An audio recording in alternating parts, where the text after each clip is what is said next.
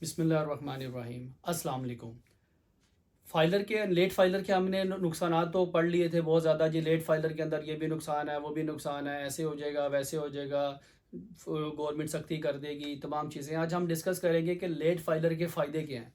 सबसे पहले तो देखें फाइलर और लेट फाइलर। अगर आप लेट फाइलर का आपके साथ वर्ड लग रहा है तो आप अपने आप को फाइलर ही तस्लीम करें, क्योंकि आप फाइलर ही हैं। क्योंकि फाइलर और लेट फाइलर इन दोनों का जो सा कॉन्सेप्ट है वो सेम है। फॉर एग्जांपल कि आपके पास आप किसी जगह पे जॉब कर रहे हैं, प्राइवेट सेक्टर पे या गवर्नमेंट सेक्टर में, आपको जो वहाँ से सैलरी आ रही है, वो सैलरी पे जो टैक्स कट रहा है, वो टैक्स आपका फाइलर का भी उतना ही कटेगा, लेट फाइलर का भी उतना ही कटेगा और नॉन फाइलर का भी उतना ही कटेगा। सैलरी के ऊपर किसी भी किस्म की कोई चीज़ें अलग अलग नहीं है टैक्स की। वो तीनों स्टेटस में आपका जो टैक्स है वो सेम कट रहा है। इसी तरह आप अगर किसी जगह पे इनकम ले रहे हैं, आपकी कोई प्रॉपर्टी रेंट पे है और वहाँ से आपको रेंट आ रहा है, उस रेंट के ऊपर जो आपको टैक्स पे करना पड़ रहा है, फाइलर का भी उतना ही टैक्स पे कर रहे हैं। अगर कोई बंदा लेट फाइलर है तो वो भी उतना ही टैक्स पे कर रहा है जितना फाइलर पे कर रहा है, लेकिन जो नॉन फाइलर है उसका टैक्स ज़्यादा है।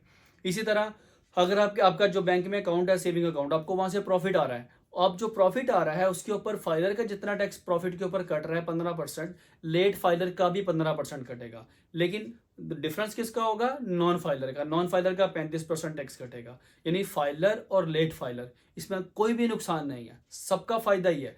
यानी फाइलर को भी जो फायदे मिल रहे हैं, जो लेट फाइलर को मिल रहे हैं, दोनों को फायदे सेम है, सिर्फ एक नुकसान है, वो मैं आपको एंड पे बताऊंगा कि नुकसान कहाँ पे आ रहा है इसका।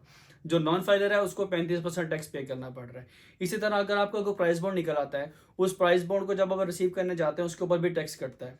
उसके ऊपर जो टैक्स कट रहा है, फाइलर का भी जो टैक्स जो रेट लग रहा है टैक्स का, उतना ही रेट लेट फाइलर का लगेगा। लेकिन जो नॉन फाइलर होगा उसका टैक्स का जो रेट होगा वो ज़्यादा लगेगा।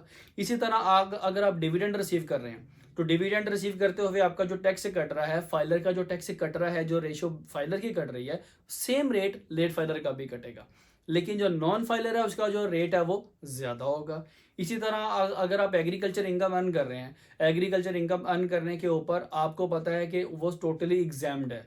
चाहे आप फाइलर हैं, चाहे आप लेट फाइलर हैं, चाहे आप नॉन फाइलर हैं, ये तीनों कैटेगरी में है, वो इनकम आपकी एग्जाम्ड है। सिर्फ नुकसान कहाँ पे है लेट फाइलर का? लेट फाइलर का जो नुकसान है वो सिर्फ और सिर्फ प्रॉपर्टी पे है, सिर्फ और सिर्फ प्रॉपर्टी के ऊपर है। आपको थोड़ा सा इंट्रोड्यूस करवा दूं कि जो लेट फाइलर का जो कॉन्सेप्ट है ये आया कब था। 30 जून 2024 से पहले हमारे पास सिर्फ और सिर्फ दो कैटेगरी थी, फाइलर, नॉन फाइलर। सिर्फ लोगों को पता होता था कि जो पर्सन अपनी रिटर्न जमा करवा रहा है वो फाइलर है, जो जमा नहीं करवा रहा वो नॉन फाइलर है। अब लेट फाइलर का कॉन्सेप्ट कब आया? 30 जून 2024 के बाद, जब 1 जुलाई 2024 के बाद हमारा बजट जो सा इंट्रोड्यूस करवा दिया, उस बजट के अंदर एक न्यू वर्ड उन्होंने इंट्रोड्यूस करवाया जिसका नाम था लेट फाइलर। अब लेट फाइलर का वर्ड इंट्रोड्यूस करवाया क्यों था? वो इसलिए करवाया था कि बहुत से लोग पहले ये कर रहे थे कि अपनी प्रॉपर्टी की सेल परचेज जब करते थे, सेल परचेज करते हुए वो अपने आप अपने जब लॉयर से अपना सारा काम करवाते थे, तो लॉयर क्या करता था? लॉयर उनसे 6% के हिसाब से पैसे लेता था, क्योंकि उस टाइम फाइलर की जो रेट था वो 3% था, नॉन फाइलर का 6% था। अब फाइलर वो लॉयर क्या करता था? वो लोगों से 6% के हिसाब से पैसे लेकर उनको टेम्परेरी तौर पर उनको फाइलर करता था, 3% का टैक्स जमा करा के 3% अपनी पॉकेट में डाल लेता था। अब इससे होता क्या था?